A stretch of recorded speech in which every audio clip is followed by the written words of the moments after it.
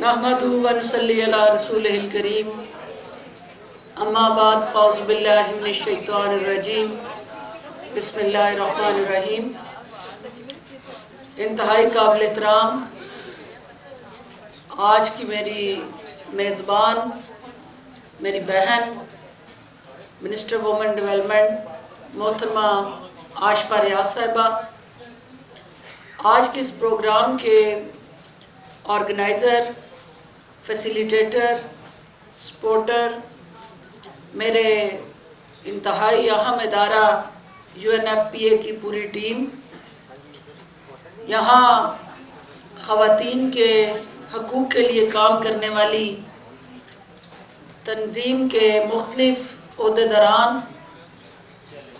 میرے میڈیا کے قابل احترام اراکین،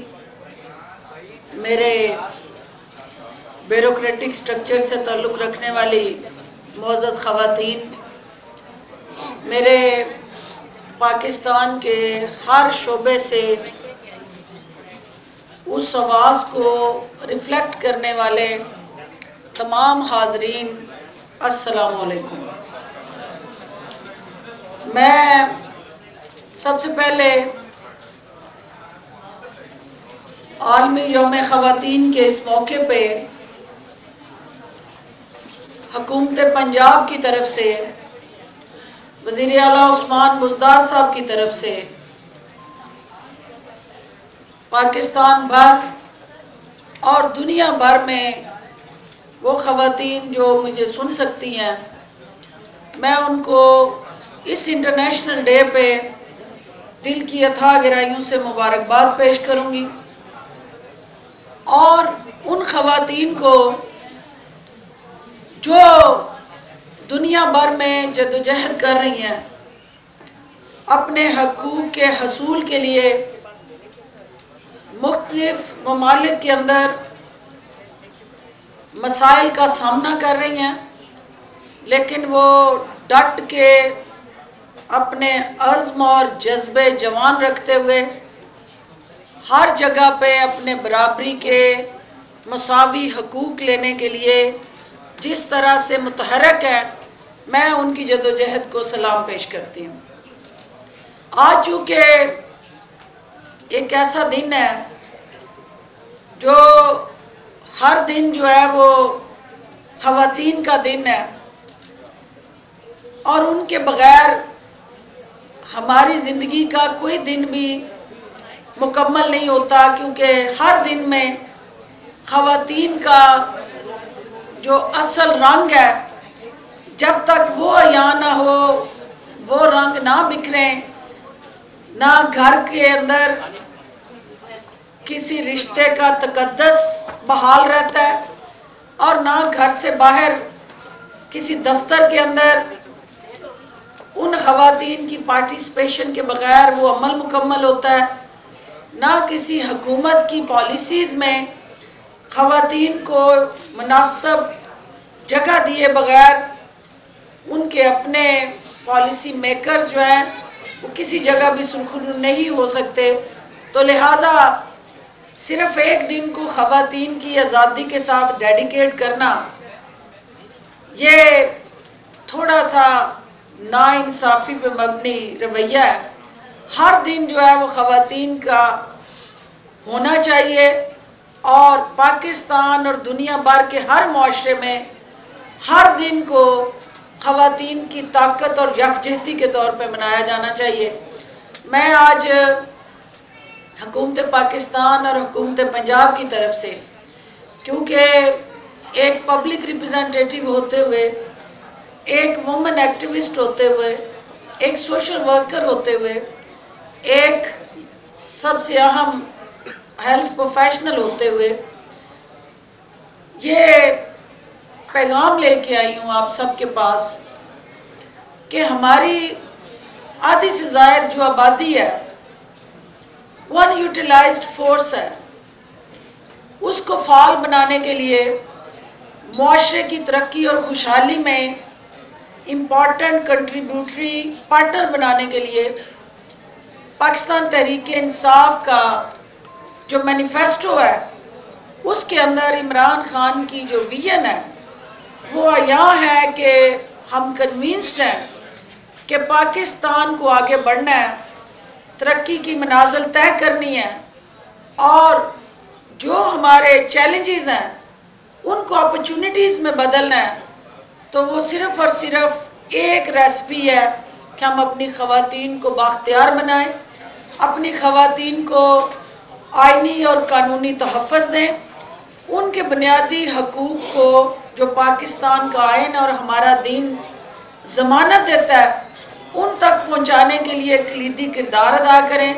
تو مجھے یہ بتاتے ہوئے خوشی ہو رہی ہے کہ جہاں ہماری پارٹی کی سطح پہ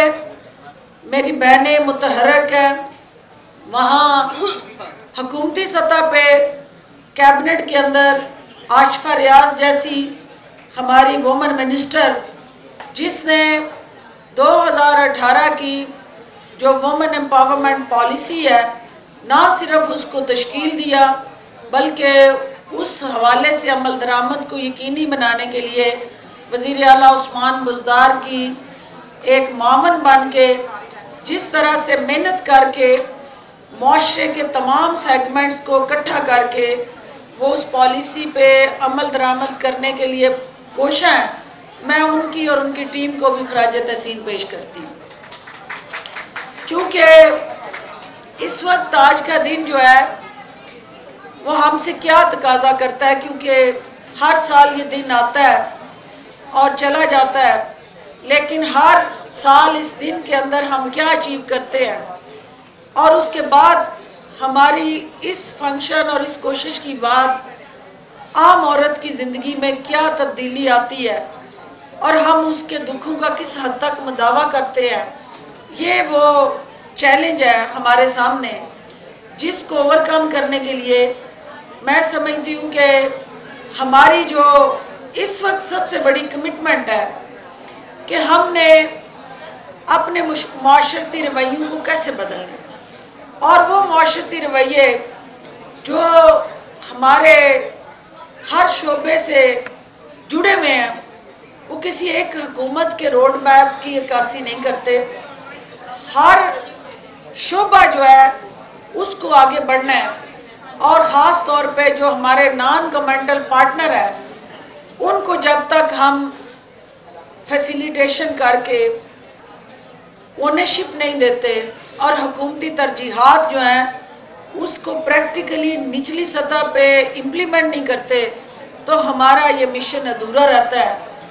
میں حکومت پنجاب کی جو 15 ہماری مین منسٹریز ہیں جو خواتین کے حقوق کے ساتھ جڑی ہیں، وہاں جو ڈسکریمنیٹری لاز ہیں ان قوانین کو خواتین کے حقوق کے ساتھ ہم آہنگ بنانے کے لیے ہم نے ان 15 منسٹریز میں ریکمنڈیشن کی ہیں۔ وہ خواتین جو پریکٹیکلی معاشی محاذ پہ ایز اے ورکنگ وومن کام کر رہی ہیں ان کو سہولت کاری فراہم کرنے کے لیے جو ڈے کیئر سینٹرز کے اقدامات اٹھائے گئے ہیں، مجھے یہ بتاتے ہوئے خوشی ہے کہ 212 ڈے کیئر سینٹر پنجاب میں قائم کیے گئے ہیں، اور جو ہمارا وومن پروٹیکشن ایکشن پلان ہے اس کے اندر جو ایکسکلوسیو آپ کے لیے خواتین کے لیے ایک چھت کے نیچے آپ کی خواتین کی ترقی کے ساتھ جڑے منصوبے ہیں اس کے باضابطہ عمل کا آغاز ہو چکا ہے۔ میرے سامنے ایک ورکنگ وومن ہوتے ہوئے کیا چیلنج ہے جو میں دیکھتی ہوں، اور میں چاہتی ہوں کہ میری بچیاں، میری بیٹیاں، میری بہنیں، مائیں وہ اس رویے سے کسی طرح بچ سکیں اور ان کے راستے کے کانٹے ہم مل کے چن لیں، اور اپنی اگلی نسل کو جب یہ پاکستان ہم ہینڈ اوور کریں تو ایک بہتر پاکستان ہو، ان کے ترقی اور خوشحالی کے راستے کی رکاوٹیں ہٹ گئی ہوں اور ان کو ہر طرح کا آئینی اور قانونی تحفظ دستیاب ہو۔ میں یہ دیکھتی ہوں کہ سب سے پہلے میرے یہ جو بھائی بیٹھے ہیں، یہ میرے بیٹے بیٹھے ہیں، یہ میرے جو یہاں اس پروگرام کے اندر ایک کلیدی پارٹنرز ہیں، جب تک